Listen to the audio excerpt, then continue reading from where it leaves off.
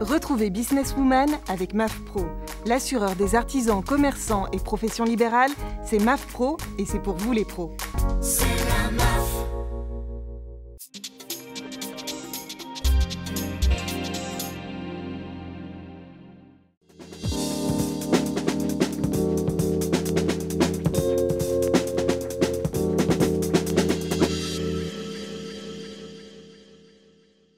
Bonjour à toutes et à tous, ravie de vous retrouver pour cette nouvelle émission de Businesswoman.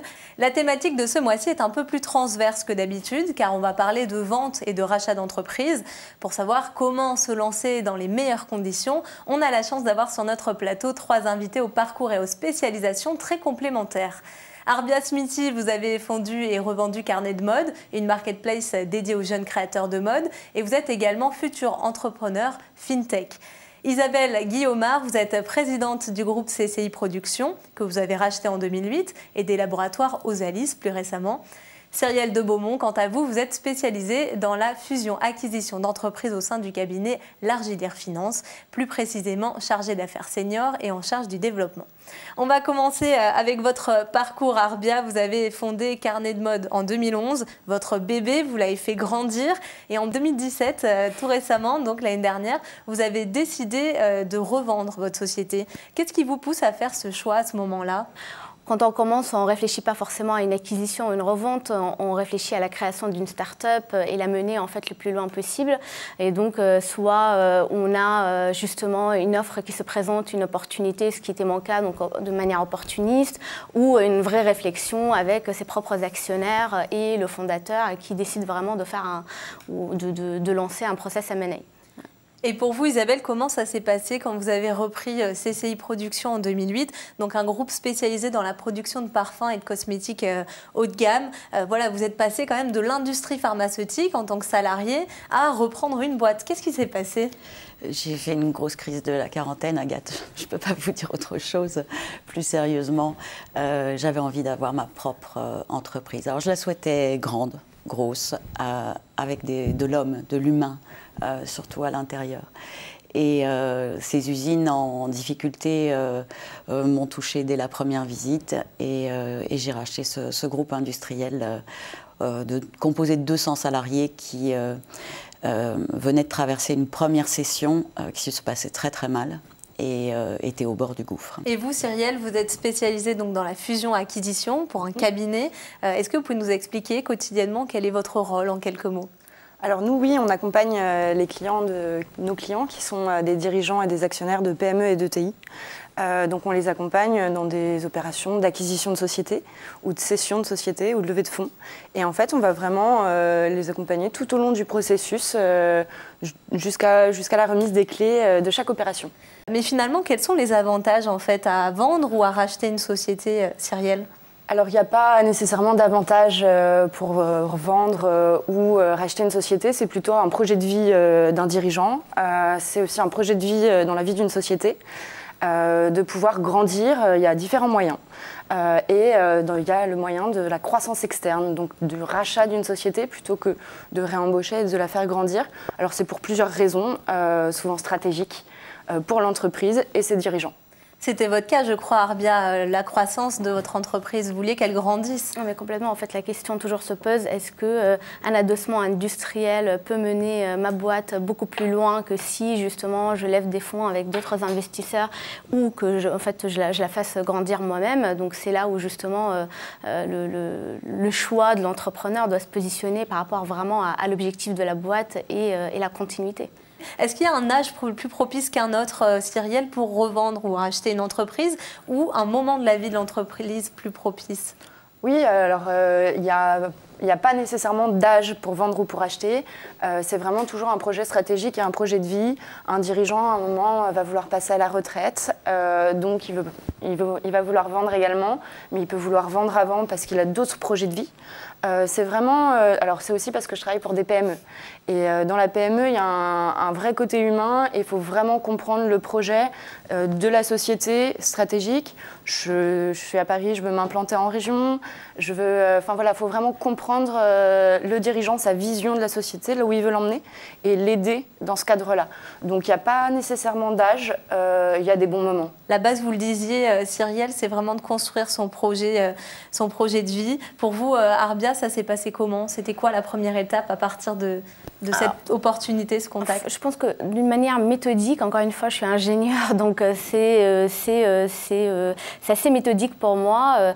Une vente, ça commence d'abord par identifier ses acquéreurs potentiels dans toutes sortes de secteurs, commencer vraiment à parler avec eux, à échanger, pas forcément en fait d'une vente, parce que d'habitude, ça se passe toujours entre une start-up et un grand groupe ou un industriel de manière très spontanée en parlant de stratégie ou de partenariat stratégique. Voilà, enfin, donc c'est des gens avec qui on travaille, qui nous connaissent, qu'on connaît, etc. Donc ça se construit sur le temps.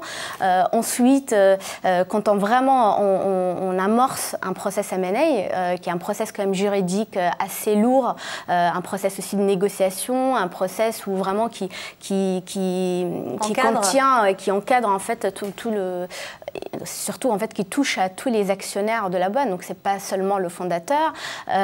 On commence vraiment à faire des audits, donc la partie audit qui est quand même assez lourde dans la vie, surtout dans l'entrepreneur, parce que ça prend énormément de temps. Déjà, j'avais l'habitude de faire des audits pour mes levées de fonds avant avec des vrais, des VC et des business angels, mais avec un industriel pour une acquisition, du coup les audits prennent une dimension beaucoup plus importante, juridique, technique, financière, etc. Et donc c'est ça qui prend beaucoup de temps, et pendant ce temps-là, on regarde toutes sortes de scénarios possibles et imaginables à partir du moment où l'acquéreur va reprendre la boîte. Est-ce qu'il y a des risques pour lui qui vont venir sur du court comme le long terme? Et donc c'est ces scénarios-là justement qui vont définir la négociation du term sheet et du contrat justement d'acquisition avec l'industriel. Ça s'est passé pour vous aussi de cette manière-là, Isabelle, en termes de process? Je crois que vous illustrez bien cette étape clé. L'enjeu, c'est tout d'abord de constituer son équipe de conseil, quel qu'il soit, que ce soit des cabinets, des avocats. Ça, c'est la base pour vous? C'est la base, c'est s'entourer d'abord au préalable, de sorte à ce que lorsque l'on a trouvé la cible d'acquisition ou l'acquéreur, eh bien on est en place les équipes tout de suite pour mettre le process de négociation en route et d'audit. Le moment critique, lorsque l'on a toutes les données, c'est surtout se poser la question, qu'est-ce que l'on apporte comme valeur ajoutée en tant que repreneur à cette société, à cette personne morale qui est une entreprise? Qu'est-ce que la personne physique, nouvel acquéreur, va apporter? Si on n'a pas de réponse à cette question, si on n'apporte rien, il ne faut pas faire ce genre de deal. Car racheter une entreprise, c'est surtout assurer son avenir et pas prendre son présent pour vivre son quotidien. Et pour lui assurer un avenir, il faut avoir une vraie vision et une vraie compétence dans le domaine, ou bien s'entourer. Donc se poser la question primordiale de quel rôle je vais jouer et comment je vais pouvoir faire grandir cette entreprise. Comment en fait on définit le prix de vente d'une entreprise? Arbia, ça s'est passé comment pour vous? Le prix, en fait, dépend d'énormément d'éléments. C'est un peu comme vous parlez de valorisation de la boîte au moment de la levée de fonds. C'est pas forcément basé sur un business plan avec des chiffres ou un chiffre d'affaires ou un EBITDA, etc. Ça dépend vraiment du potentiel de la boîte à partir du moment où elle est cédée. Qu'est-ce qu'elle va faire? C'est quoi ses projections après? La négociation aussi des conditions, parce que pour moi, les conditions signées avec l'acquéreur, entre l'acquéreur et l'entrepreneur, est encore plus importante que le prix. Quand on vend une boîte, on vend aussi, est-ce que après je suis verrouillée pendant un temps, donc je vends aussi ma liberté avec? Est-ce que j'ai ma liberté? Comment ça se fait? Les modalités de paiement derrière, etc. Donc il y a énormément de conditions qui rentrent en jeu, qui sont aussi importantes et même plus importantes en fait que la négociation de simple prix, quoi. Le prix, on va d'abord le fixer sur la LOI, sur cette première étape avant les audits, mais effectivement les conditions de paiement vont revenir complètement, c'est un tout en fait. Et les conditions de paiement et toute autre condition, c'est vraiment ça qui est aussi à prendre en compte. Donc avec plusieurs offres, il faut réussir à choisir quelle est la bonne, parce que quel est le projet qu'il y a autour également. C'est pas qu'une question de prix, et surtout dans les PME.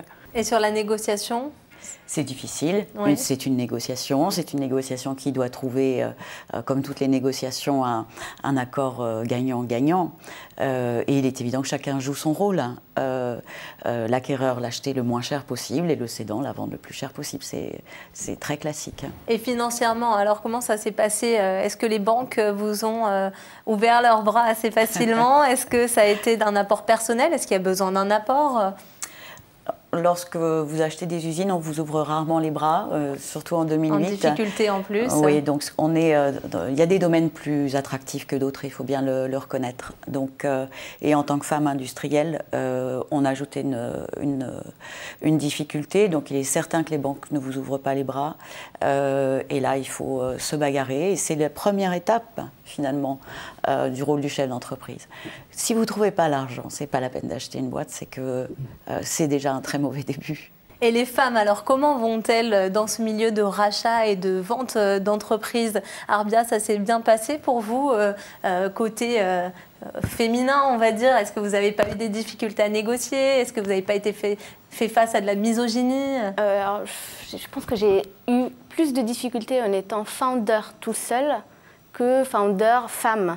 Parce que de toutes les façons, fondateur tout seul, ça veut dire pas d'associé avec qui se challenger, partager les bons moments comme les pires moments, décider ensemble, etc. Donc c'est assez dur quand même moralement et physiquement de tenir une boîte tout seul. Après, oui, on peut pas nier qu'il y en a très peu de femmes entrepreneurs tech et en face, on a aussi très peu de financiers ou des partenaires dans des fonds d'investissement femmes. Alors donc les déjà, deux en même temps, comme ce que vous voulez faire. Ça fait dur. Donc, quand on est une femme en train de pitcher devant plusieurs hommes investisseurs, bah, on n'a certainement pas les mêmes questions, ni le même regard, ni justement les mêmes appréhensions que devant peut-être des femmes financières. Donc, je pense que c'est tout un cercle, malheureusement, qui est comme ça, qu'il faut déjà changer par la culture, l'éducation, de fond, que ce soit du côté financier que du côté en fait entrepreneurial. Et c'est les deux ensemble qui vont aider. Et du côté salarié aussi, pour vous, Isabelle, quand vous avez racheté CCI Productions, comment ils vous ont accueilli, ces salariés? Je pense qu'ils devaient être très inquiets parce qu'une femme qui est arrivée après un patron présent depuis 35 ans, je pense que c'était compliqué. Et finalement, le respect est venu par l'exemplarité, par la réussite et la gestion des difficultés. Donc aujourd'hui, ça n'étonne plus personne que je sois une femme industrielle. Et de votre côté, Cyrielle, quel regard vous portez sur les femmes entrepreneurs avec lesquelles vous êtes potentiellement en contact au quotidien? Alors pour moi, ça ne change pas vraiment grand-chose. Un dirigeant, c'est un dirigeant, que ce soit une dirigeante ou un dirigeant. Il est habitué à prendre des décisions dans sa société pour ses employés, pour ses négociations, pour tout ce qui finalement rythme la vie d'un entrepreneur. Et avec un E ou sans. Et maintenant, je vais citer ce qui se fait en ce moment sur les sites internet pour la revente ou pour l'achat d'entreprise. On a notamment les chambres de métiers d'artisanat qui proposent de nombreuses opportunités pour ceux qui veulent reprendre des sociétés. J'avais noté aussi le site de notre partenaire, l'AFE, l'Agence France Entrepreneur, BPI France, CCI Entreprendre en France, Cédant et repreneurs d'affaires, le Conseil national des barreaux, le Conseil supérieur du notariat et également le Conseil supérieur de l'ordre des experts comptables. Vous pouvez vous renseigner sur ces sites, vous pouvez vous informer sur toutes ces plateformes. Il y a énormément d'informations. Le rachat ou la vente d'une entreprise, vous l'avez compris, c'est accessible à tous du moment que l'on a défini un projet, que l'on s'y prépare et que l'on reste patient jusqu'au jour J. Finalement, ça a un peu des airs de mariage, tout ça, ou d'anniversaire. Et d'ailleurs, je crois savoir que c'est le vôtre, Isabelle, aujourd'hui. Donc, au nom de toute l'équipe de Demain TV, de We Do Biz et de nos partenaires, on vous souhaite un bel anniversaire, une belle continuation pour vos projets, belle continuation également aussi pour Cyrielle et Arbia. Merci à toutes les trois d'être venues sur ce plateau pour partager vos expériences. Merci à tous ceux qui nous ont suivis. On espère que vos aventures entrepreneuriales ne font que commencer et ont inspiré nos téléspectateurs. Téléspectateurs qui peuvent voir ou revoir cette émission sur ellesentreprenent.fr, wedobiz.com et bien sûr demain.fr. À très bientôt pour rencontrer d'autres femmes qui ont réussi et qui prouvent une fois de plus que derrière chaque businesswoman, il y a une vocation, la vôtre.